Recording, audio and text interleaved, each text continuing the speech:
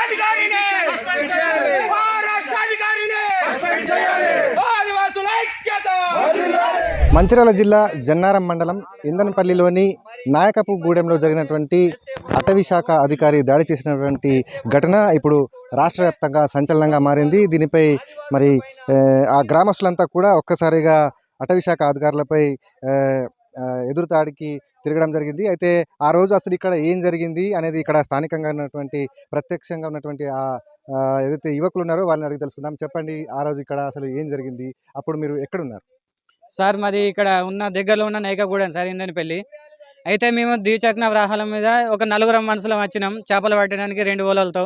ఇక్కడ దగ్గర ఉన్న కుంటలో పట్టినాం. 3:30కి వచ్చినాం. ఆ సమయంలో 3:30 సమయంలో ఇక్కడ వచ్చినాం.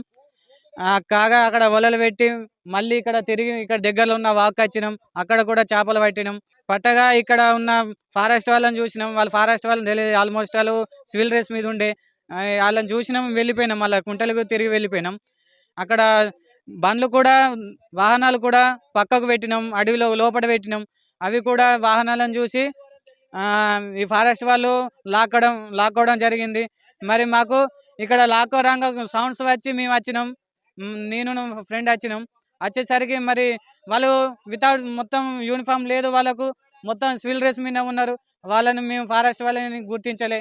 వచ్చేసరికి దొంగలు అనుకున్నాం. వచ్చి మేము ప్రశ్నించగా వాళ్ళని ఎందుకు తీసుకోబోతుండ్రని ప్రశ్నించగా వాళ్ళు డైరెక్ట్ మరి సార్ దగ్గరకు పోదందా, మరి సార్ తీసుకురమ్మని అనుకుంటా ఇక్కడికి వచ్చినాం, వాకు వచ్చినాం. వచ్చేసరికి మరి ఎందుకు మరి ఏం హక్కు ఉన్నదని మా బండ్లు లాక్కొచ్చినాం. మేము ఏం తప్పు చేసినాం? చేపలే కదా వచ్చింది, ఏమైనా హంటింగ్కి వచ్చినామా, ఏమిటికి వచ్చినాం, మరి చేపలే కదా వచ్చింది అనుకుంటా అనగా, ఆరా మీకు ఏం హక్కు ఉన్నది, ఆరా మీరు అనుకుంటా డైరెక్ట్ ఫ్యామిలీని అందరిని తిట్టడం జరిగింది. అర్ధగంట సేపు నాన్ స్టాప్ లాఠీతో చార్జ్ కొట్టడం జరిగింది, నాన్ స్టాప్. మరి కాలు మొక్కుతాం సార్, దండం పెడతాం, ఇడ్చబెట్టు అన్న కూడా ఇంత కనకరం లేకుండా మమ్మల్ని కొట్టడం జరిగింది. నాన్ స్టాప్ అర్ధగంట కొట్టిండు. నాన్ స్టాప్ ఇక్కడ కొట్టడం జరిగింది. ఇక్కడ చేతిలో కూడా మా ఫ్రెండ్ ఇక్కడ వేలు పలవడం జరిగింది. కాగా ఒకైనా మా దాంట్లో తప్ప తీసుకొని ఒక వీడ సాటిపండు తీసి వీడ తప్ప తీసుకొని ఆయన పరారైండు. ఆయనెంబడి కూడా 2 మనుషులు పడ్డారు. వాడు దొరకలేదు. 2 మనుషులు కూడా ఏడైతే నెట్వర్క్ వస్తుందో ఆడికి పోయి మా వాళ్ళకి ఇన్ఫర్మేషన్ ఇచ్చిండ్రు, మా ఫ్రెండ్స్ వాళ్ళకు. వాళ్ళు వచ్చిండ్రు, ఒక 2 మనుషులు వచ్చిండ్రు. వచ్చిన వాళ్ళని ఇంకా మరి ఎందుకు కొడుతుంది సార్, ఎందుకు కొడుతుంది అనగా వాళ్ళని కూడా డైరెక్ట్ అటాక్ చేయడం జరిగింది. 2 మనుషులను కూడా అమ్మనా బూతులు సార్, అమ్మనా బూతులు తిట్టుకుంటా డైరెక్ట్ కొట్టడం జరిగింది. వీరి నుంచి మళ్ళీ వాచ్ టవర్ దగ్గరికి తీసుకుపోయింది సార్. ఆడ 2 hours ఉంచిండ్రు. మళ్ళీ ఆడ కూడా కొట్టింది సార్. కొట్టడం జరిగింది. ఎవరైతే ఉన్నారో FRO లక్ష్మీనారాయణ గారు వాళ్ళు కొట్టడం జరిగింది. వాళ్ళ వాచర్స్ కూడా కొట్టిండ్రు. వాళ్ళ మీద అంటే FRO లక్ష్మీనారాయణతో పాటు ఎంతమంది ఉండే సిబ్బంది? వాళ్ళ సిబ్బంది ఉంటే ఒక 4 ఉండే, వాళ్ళ ఫ్రెండ్స్ ఉండే.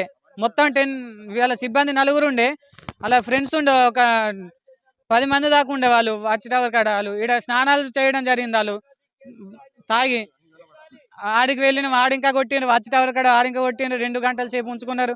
వాగు సమీపంలో మీరందరూ కూడా చేపలు పట్టడానికి వెళ్ళారంటున్నారు. అసలు చేపలు పట్టడానికి ఏ సమయంలో వెళ్ళారు? అక్కడ దాడి ఎప్పుడు జరిగింది? చేపలు పట్టడానికి 3 నుంచి 3:30 సమయంలో మేము రావడం జరిగింది. మేము అసలు ముందు రాలేదు. ఈ నలుగురు వ్యక్తులు మాత్రం వచ్చి పడుతుండగా వాళ్ళు మాకు ఫోన్ చేసి ఇట్లా కొడుతున్నారని చెప్పడంతో మేము మరి కొడుతున్నారా లేదా అని చూడడానికి వచ్చాము. అప్పటికి ఒక భోషాని కృష్ణ అనే వ్యక్తిని కొడుతున్నాడు లక్ష్మీనారాయణ అని సారు. మేము వెళ్ళి అడిగినందుకు మమ్మల్ని కూడా కొట్టాడు. కొట్టడం కాకుండా మళ్ళీ అక్కడి నుంచి వాచ్ టవర్ కాడికి తీసుకెళ్ళి మళ్ళీ అక్కడ కూడా కొట్టడం జరిగింది. మళ్ళీ ఇందనపల్లికి రేంజ్కి తీసుకెళ్ళండి సార్ మరి అంటే అక్కడ కూడా గొడవలు అవుతున్నాయని చెప్పి అక్కడి నుంచి కడమ తీసుకెళ్ళడం జరిగింది. అసలు అక్కడ ఏం జరిగింది, ఎందుకు కొట్టడానికి గల కారణం ఏంటి? మేము 4 ఆ రోజు చేపలు పెట్టుకొని వెళ్ళినప్పుడు ఇక్కడ 2 బండ్లు పట్టుకొని వచ్చినప్పుడు మేము చేపలు పెట్టి ఇక్కడ ఉన్నాయా లేవని ఇక్కడ చూసి మళ్ళీ అటు రిటర్న్ అయ్యే వరకు అక్కడ మా బండ్లని సైడ్కి సైడ్కి ఆపినప్పుడు మరి ఎవరిది బండ్లు ఎక్కడి కూడా అడగలేదు, డైరెక్ట్ తీసుకెళ్ళారు. వాళ్ళందరూ సివిల్ డ్రెస్ పైన ఉన్నారు. బండ్లు ఎందుకు తీసుకువెళ్తుండ్రు, ఎవరు మీరు అని అడిగితే సార్ని అడగండి, సార్ని అడుక్కోండి అని చెప్పారు. సరే సార్ని అడుగుదామని వస్తే సారు డైరెక్ట్గా మీకేం హక్కు ఉంది, ఇక్కడ ఎందుకు వచ్చారు, ఇక్కడ మీ ఈ జాగీరా ఇది అనుకుంటా అన్నాడు. డైరెక్ట్గా లాఠీ చార్జ్ చేశారు. ఎందుకు కొడుతున్నా సార్, సారీ అని చెప్పినా కానీ వదలలేదు. ఇంకా మళ్ళీ మా ఫ్రెండ్ ఒక్కడు వీడియో తీసిండు, వీడియో తీసి తప్పించుకున్నాడు. మళ్ళీ వాని కోసం కూడా ఒక 2 మనుషులు పంపారు, కానీ వాడు దొరకలేదు. మా వాళ్ళకి ఫోన్ చేసి మళ్ళీ రప్పించారు. మాకు ఇక్కడ చేతుల పైన వేళ్ళ పైన కొట్టారు. నాయకపు గూడెంలో ఉన్నాం. మనం ఇక్కడ స్థానికులు ఉన్నారు, వారిని అడిగి తెలుసుకుందాం. చెప్పండి అమ్మా, అసలు ఏం జరిగింది? అటవీ శాఖ అధికారులకు మీకు మధ్య వివాదం ఎందుకు? 4-5 చేపలకు పోయింది సార్. చేపలకు పోతే వాళ్ళను కొట్టిండ్రు. అక్కడ కళ్ళు దాక్కుంటున్నారు అట. వాళ్ళు సాదా బట్టల మీద ఉన్నారు, బట్టల మీద లేరు. లేక కొట్టిండ్రు. వీళ్ళు మా వాళ్ళే కావచ్చు, ఊళ్ళోకి వెళ్ళి వచ్చి తాగుతున్నారు తింటున్నారు అనుకున్నారు అట. అనుకొని అక్కడ ఒల పెట్టిండ్రట. వచ్చి ఒల పెట్టుకుంటే ఏ రాగానే పోయి బండ్లు పట్టిండ్రట. 2 బండ్లు ఏమో దొబ్బుకపోయినరాట, ఒక బండినేమో ఎత్తుకపోతున్నారు. ఎత్తుకపోగానే ఒకళ్ళు ఎక్కి చూసి అరే మన బండ్లు వాళ్ళ గొంచబోతుండ్రు అని పొలగాండ్లు ఆనకు చెప్పిన వాళ్ళకి వాళ్ళ అంత వచ్చే వరకు ఎందుకు గొంచబోతారు బండ్లు అని అంటే, మీ బండ్లు మేము గొంచబోతాను, మీరు ఎందుకు వచ్చిండ్రు ఇక్కడికి అని అంటే, మేము చేపలకు వచ్చినాం అన్నారు. చేపలకు వచ్చినామంటే వాళ్ళు ఆయన చేసిండ్రట, తీసుకుపోయి కొట్టిండ్రు. కొడితే ఒక పొల్లగాడు ఏం చేసిండు, రికార్డ్ చేసి ఇక్కడ ఈడియా పంపిన వాళ్ళగా మా వాళ్ళు మళ్ళీ వెనకకి వెళ్ళి 2 పోయింది. 2 ఎందుకు కొడుతుంది సార్ మా వాళ్ళను, వాళ్ళు ఏం తప్పు చేసిండ్రు అని కొడుతున్నారు. ఎందుకు కొడుతుండ్రు అని అంటే, మీరు సపోర్ట్కి వచ్చిండ్రా వాళ్ళకు అని వీళ్ళని కొట్టి జీబులు ఎక్కించిండ్రు. జీబులు ఎక్కించుకొని టవర్ కాడికి తీసుకుపోయినట్టు. అక్కడ మళ్ళీ అక్కడికి వెళ్ళి ఆ రేంజ్లోకి పోయినాం. ఫస్ట్ పోయినప్పుడే మేము అదంతా అంగడి చేసినాం సార్. సారు నేను సుగా మీతో అట్లా కూర్చుంటా, మీ ఆ వాళ్ళు వచ్చేదాకా మీరు ఎక్కడికి పోవద్దని ఆ సార్ సుగా అన్నీ ఉన్నాడు మాతో అట్లా. బొద్దు సార్ చెప్పిండి, ఇక మీ పిల్లలు మీకు వచ్చేదాకా నేను ఇక్కడనే కూర్చుంటాను, మీతో అట్లా నేను కూర్చుంటానని సార్ సుగా మాతో కూర్చుంటాను. అక్కడనే అందరు కూడా ఏం మా పిల్లల్ని ఎట్లా కొట్టిండో ఆయనకు ఉరిసి చదువుతున్నాం పడాలి సార్. మా పిల్లల్ని ఎందుకు కొట్టిండాడు? పిల్లల్ని కొట్టే అధికారం లేదు. మా పిల్లల్ని కొట్టే అధికారం వాళ్ళకి ఎవరిచ్చిండ్రు? మేమే ఇంతవరకు మా పిల్లల్ని చేయించుకోలేదు. అట్లా కొట్టద్దు కదా. నీకు ఏదైనా ఉంటే చెప్పాలి, చెప్పాలి మీ పిల్లలకి ఇట్లా వేసిండ్రని. ఇక్కడ రేంజ్కి తీసుకురావాలి. ఇక్కడ రేంజ్కి కూడా ఇక్కడ తీసుకురాకుండా అక్కడ కడ తీసుకోవడం ఏంది? ఇక్కడ రేంజ్కి తీసుకురాలేదని మేము అక్కడ తడుపులు అవన్నీ వల్లగొట్టడం జరిగింది. అవన్నీ ఖరాబ్ చేసేసినాము. మా పిల్లల్ని తీసుకురాలే. 3 గంటలకు వెళ్ళిన పిల్లలు నైట్ 12 వరకు మాకు ఇంటికి రాలేదని మేము అక్కడ ధర్నా కూర్చున్నాం. తర్వాత వేడమబోజు వచ్చిన తర్వాత మాకు కొంచెం హామీ ఇచ్చిండు. హామీ తర్వాత మా పిల్లలను తీసుకొచ్చిన తర్వాత ఇప్పుడు మా పిల్లలు మా దగ్గర ఉన్నారు. నిన్న స్టేషన్కి వెళ్ళినాం, అక్కడ కంప్లైంట్ ఇచ్చినాం. ఇప్పుడు అతన్ని మాత్రం చర్య తీసుకోవాలి. ఇంతకుముందు కూడా చేపలకు పోతేనే ఆ చేపల వల్లనే దానికి మా ఆదివాసులు అంటేనే చేపలు పట్టుకుంటాం. అడవి మాకు అధికారమే అడవి, మేము ఎక్కడికి పోతాం? ఇంకా చేపలకు పోవద్దంటారు. అంతకుముందు కూడా సీతక్క వచ్చింది, సీతక్క వచ్చి కూడా చెప్పింది. ఇప్పుడైతే అతనికి ఏం చేస్తారో మాకైతే న్యాయం జరగాలి.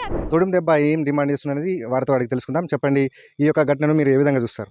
ఇందన్పల్లి ఆదివాసీ యువకులపైన విచక్షణ రహితంగా చిత్రహింసలకు గురి చేసి నానా బూతులు తిడుతూ వాళ్ళను అనేక ప్రాంతాల్లో తింపుకుంటూ వాళ్ళను నిర్బంధించి దాడి చేసినటువంటి ఇందన్పల్లి ఏపార్ఓ లక్ష్మీనారాయణను వెంటనే ఉద్యోగం నుండి తొలగించాలి. అదేవిధంగా ఆయన పైన SC/SC అట్రాసిటీ కేసులు నమోదు చేసి ఆయన సిబ్బంది పైన పూర్తిస్థాయి విచారణ చేపట్టి చర్యలు తీసుకోవాలి. ఆదివాసీ యువలకు తెలంగాణ రాష్ట్ర ప్రభుత్వం న్యాయం చేయాలని చెప్పేసి ఆదివాసీ హక్కుల పోరాట సమితి తుడుం దెబ్బ రాష్ట్ర కమిటీ తరఫున మేము డిమాండ్ చేస్తున్నాం.